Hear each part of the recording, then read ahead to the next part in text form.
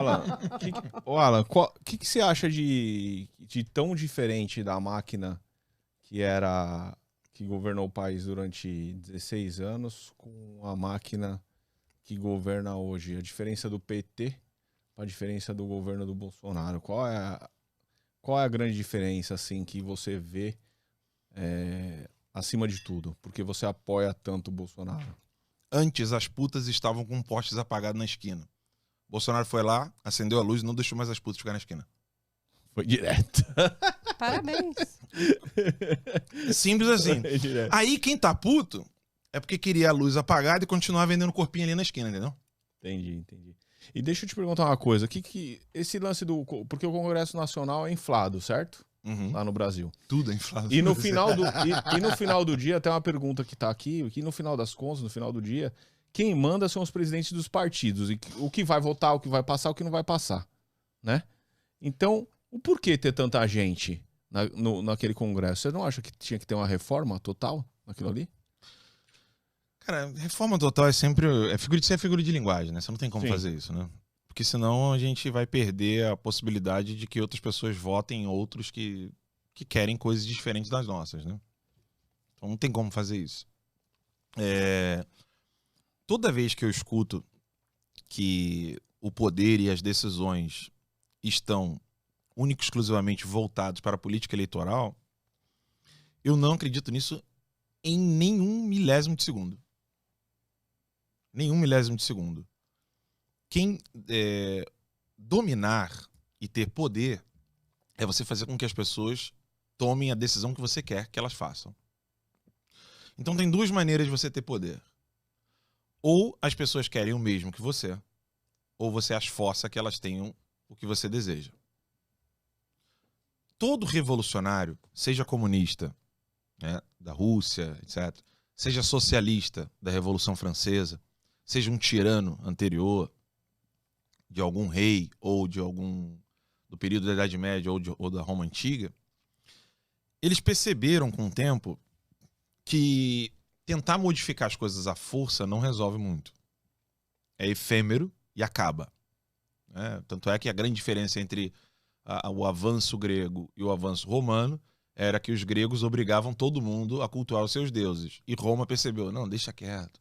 Deixa o cara cultuar os deuses deles lá e a gente vai conseguir avançar mais. Então ali você já tem um germe do... Vamos usar de estratégia aqui pra gente não arrumar tanto inimigo. A coisa foi avançando tanto com o decorrer do tempo e várias ideias foram sendo assimiladas pela população como algo normal. Sempre aconteceu. Sempre foi assim. E aí, isso é poder. Entendi. Quem criou a cidadania? Napoleão Bonaparte. Certidão de nascimento? Napoleão Bonaparte. Certidão de casamento? Napoleão Bonaparte. Certificado de óbito? Napoleão Bonaparte. Tudo isso foi ferramenta de controle. Antes de Napoleão, se você tivesse sido perseguido na França, você podia ir para a Suíça. Você podia ir para a América. Você podia ir para o Brasil. Depois de Napoleão, todo mundo gostou do mecanismo que ele criou. Ah, não, isso aqui fecha fronteira. Legal. E agora todo mundo tem isso como algo normal. Uma pergunta boba que eu faço para as pessoas é o seguinte. Você sempre...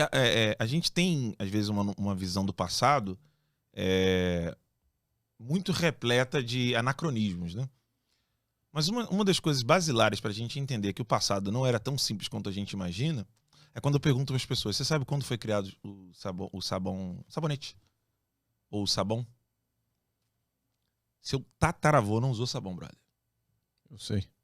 Eles faziam. É muito... Não. Fazer era muito já era rico. Usava a cinza da lenha para poder fazer ali algumas substâncias e tal. Que é daí que vem o potash, né? Potássio veio daí, foi criado aqui, né? Um americano botou lá a lenha, queimou, aí ficou aquela gosmazinha, secou, aí veio o potash. Depois virou um novo elemento na tabela periódica, virou potássio. Mas antes disso, as pessoas, cara, tinham muita dificuldade em inúmeras facetas, inúmeras camadas da sua vida. E quando você pensa que as pessoas tinham essa dificuldade de locomoção, elas não tinham antes de Napoleão. Se a pessoa tinha um problema ali na Áustria, ela ia embora, ia para a Itália. Se ela tinha algum problema lá na China, ela vinha embora, acabou. Só que hoje, cidadania é algo normal. Ninguém debate. Ninguém debate a moralidade disso. Ou se isso é realmente algo perigoso ou algo bom. Ninguém debate. Está aceito. Só que como isso, tantas outras coisas também estão aceitas. E ninguém debate. Isso é poder. É você conseguir determinar na cabeça das pessoas a ideia que você quer que elas tenham. E elas vão aceitando, vão aceitando, vão aceitando, vão aceitando. Os comunistas entenderam isso e eles entenderam que o poder, você pode até impedir aqui a colar que um opositor, vamos pensar como comunista aqui, pensamento dialético. Somos os três aqui, comunistas da KGB e tal. Você é lá de Praga. Fala isso, não. Ela... Não, vamos só fazer um exercício aqui. E aí a gente pensa... Não somos comunistas. Não, mas vamos pensar. A gente tem que pensar como eles. Se você não pensa como inimigo, você não bota câmera na sua casa. Câmera de segurança. Se você não pensa como o seu inimigo, você não vai se proteger. Você tem que se proteger. Isso é verdade. Você tem que pensar com a cabeça dele pra você não se fuder, né? Sempre. E aí pensa como os caras. Eles começam a perceber o seguinte. Olha, eles podem ter avanço político ali. O que nós não podemos permitir é que eles tenham avanço cultural. Aí é problema. Se eles começarem a ter escolas, não. Começar a pensar e ver, né, o redor. Tanto é que, pra mim, se você perguntar pra mim assim, quem é a pessoa mais poderosa no Brasil hoje, eu não te digo que é Dirceu, é Paulo Lema. É, o Paulo Lema? É, com certeza. Ele domina todas as escolas. Educação. É. Ele pode fazer o que ele quiser com a população brasileira. Isso é verdade mesmo. E eles compraram... E ele não quer o bem. Ô, Alan, você tem Entendeu? vontade de voltar ao Brasil? Ah, com certeza, né? Com certeza, né? É meu país. Mas certamente não vai rolar. E deixa eu te perguntar uma coisa. O que você acha da influência da elite global, né? Na mídia, em tudo? O que você acha disso? Porque tem muita coisa manipulada aí, não tem? Tem, eu vou tentar ser bem sucinto com relação a isso. A gente estava falando aqui agora da cidadania, né? Sim. Hoje, os países são feudos. O Alexandre de Moraes mesmo pensa que eu sou um escravinho dele, né? Ele vai lá, você é do meu feudo, volta pra cá, né? Os países são feudos hoje. Para você ir para um outro país, você tem que ter autorização do senhor feudal. Se você não tiver autorização do senhor feudal, você não pode nem pisar naquele país. Mesmo que, por exemplo, eu sou católico, né? Então, mesmo que vamos dizer que a Igreja Católica agora está condenada à morte aqui nos Estados Unidos. Eu viro para um padre no Canadá e falo, padre, por favor, me ajuda. Não posso porque eu não tenho cidadania. Não tenho visto. Então os países viraram feudos, né? Quem é que dá a linha de continuidade desses mecanismos de controle? A pergunta, ela não é fácil de ser respondida, mas não é tão difícil de ser compreendida. Sabe por quê? Você já ouviu falar que o Rockefeller é o terceiro, né? Aí tem o pai, Sim. o avô, tataravô, então. Rothschilds, se você pegar, você tem a linhagem todinha, né? Sim. Fala o nome do seu pentavô. Não sei. Fala o nome do seu pentavô. Tetravô, trisavô, Esquece. bisavô. A questão é bem óbvia. Se existe um grupo que não perde a herança, seja pecuniária, seja cultural, ou seja de linhagem, eu sei quem é o meu avô, meu trisavô, tetravô, pentavô, heptavô, octavô, nonavô. Se tem um grupo que tem esse mapeamento e um outro que está sempre começando do zero, quem vai escravizar quem? Porque o que começou do zero, ele está sempre tendo que aprender tudo do zero.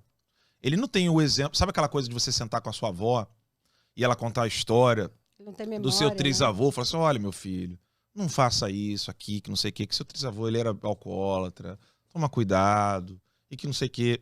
Não existe, sabe, transmissão de tecnologia? Isso é um termo que eu aprendi com um cineasta amigo meu, Daniel Bertorelli. Transmissão de tecnologia. Tem isso direto, né? Avião. Sim.